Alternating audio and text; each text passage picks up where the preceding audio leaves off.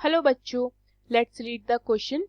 So the question says 46 tons of goods are to be carried in carts and wagons, and it is found that this will require 10 wagons and 14 carts, or else 13 wagons and 9 carts. How many tons can each wagon and each cart carry? So the key concept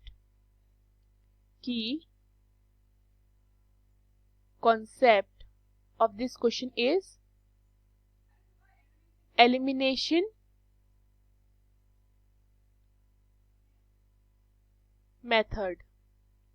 okay, question में हमारे पास जब भी दो equations आएगी हम उन्हें elimination method से solve करेंगे. एलिमिनेशन मेथड होता क्या है? एलिमिनेशन मेथड में हम किसी भी दो टर्म्स को एक जैसा बनाकर, इक्वल बनाकर उसको एलिमिनेट कर देते हैं, आइदर बाय सब्ट्रैक्शन और by addition. Okay, so question को देखा जाए तो उसमें बोला गया है 46 tons of goods are to be carried in carts and wagons. हमें 46 टन्स ऑफ गुड को वैगन्स एंड कार्ट में लेके जाना है. उसके लिए हमें 10 वैगन्स और 14 कार्ट्स की जरूरत पड़ सकती है, या फिर 13 वैगन्स एंड 9 कार्ट्स की जरूरत पड़ सकती है. क्लियर? और हमें ये बताना है कि ईच वैगन और ईच कार्ट कितना टन्स ऑफ गुड्स कैरी करेगा. So let X tons and Y tons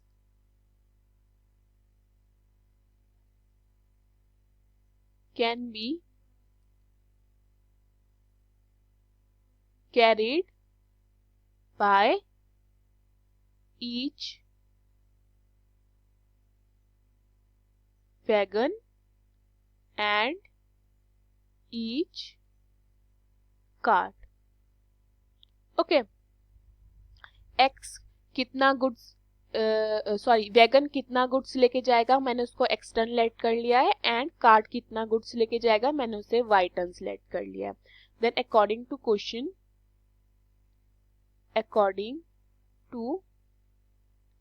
question मेरी पहले क्वेश्चन क्या बनेगी? 10x plus 14y is equal to 46. Okay, अगर मैं इसमें से 2 कॉमन लेती हूँ तो ये क्या बन जाएगा? 5x plus 7y is equal to 23. मैं इसको पहले इक्वेशन मान लेती हूँ. ठीक है, सेकेंड इक्वेशन क्या बनेगी? 13x plus 9y is equal to 46. ये हो गई मेरी सेकेंड इक्वेशन. ओके, पहले क्वेश्चन मेरी किस तरीके से बनी है? बोला गया था कि 10 वैगन्स एंड 14 कार्ट्स की जरूरत पड़ेगी, तो मेरे पास हो गया था वो 10 वैगन्स एंड 14 कार्ट्स. ठीक है, उसको कितना 46 टन्स ऑफ गुड्स लेके जाना था. और सेकंड में क्या बोला गया है सेकंड पार्ट में कि 13 वैगन्स 9 कार्ट्स, ये भी काम कर सकता है, तो ये भी 46 गुड्स ही लेके जाएगा. तो यहाँ पे मैंने क्या कर दिया, 13 वैगन्स एंड 9 कार्ट्स, वो भी 46 टन्स ऑफ गुड्स लेके जा रहा था. तो पहली इक्वेशन मेरी आती है 5x plus 7y is equal to 23. दूसरी इक्वेशन आती है मेरी 13x plus 9y is equal to 46. अब मुझे किन्हीं भी दो टर्म को एक जैसा बनाना है, तो मैं क्या करूंगी? मैं इक्वेशन 1 को 9 से मल्टीप्लाई कर दूंगी एंड इक्वेशन सेकेंड को 7 से मल्टीप्लाई कर दूंगी. सो मल्टीप्लाई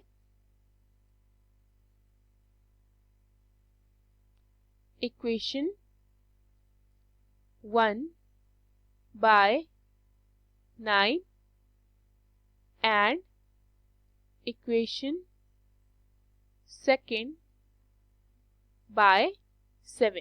ओके, जब मैं इक्वेशन 1 को 9 से मल्टीप्लाई करूंगी तो वो मेरी क्या बन जाएगी? मेरी बन जाएगी 45x plus 63y is equal to 207. And equation second को जब मैं 7 से मल्टीप्लाई करूंगी तो वो मेरी क्या बन जाएगी? 91x plus 63y is equal to 322. Clear? अब मैं इस दोनों इक्वेशन को सब्ट्रैक्ट कर दूंगी. सब्ट्रैक्ट करूंगी तो प्लस का मेरा नेगेटिव, प्लस का नेगेटिव, प्लस का नेगेटिव हो गया। अब देखिए +60y एंड -60y एलिमिनेट हो गया, कट गया। मेरे पास आता है 45x minus 91x is -46x is equal to 207 minus 322 is -115। Minus से माइनस कटता है, x is equal to 115 upon 46।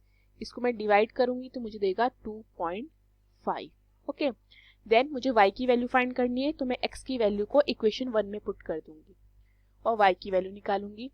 Put x is equal to 2.5 in equation 1।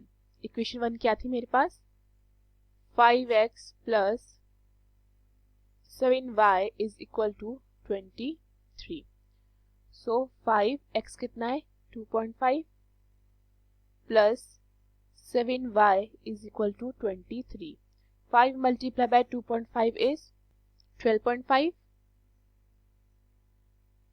Plus 7y is equal to 23।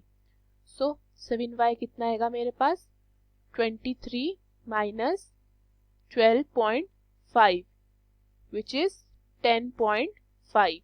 So y कितना आता है, y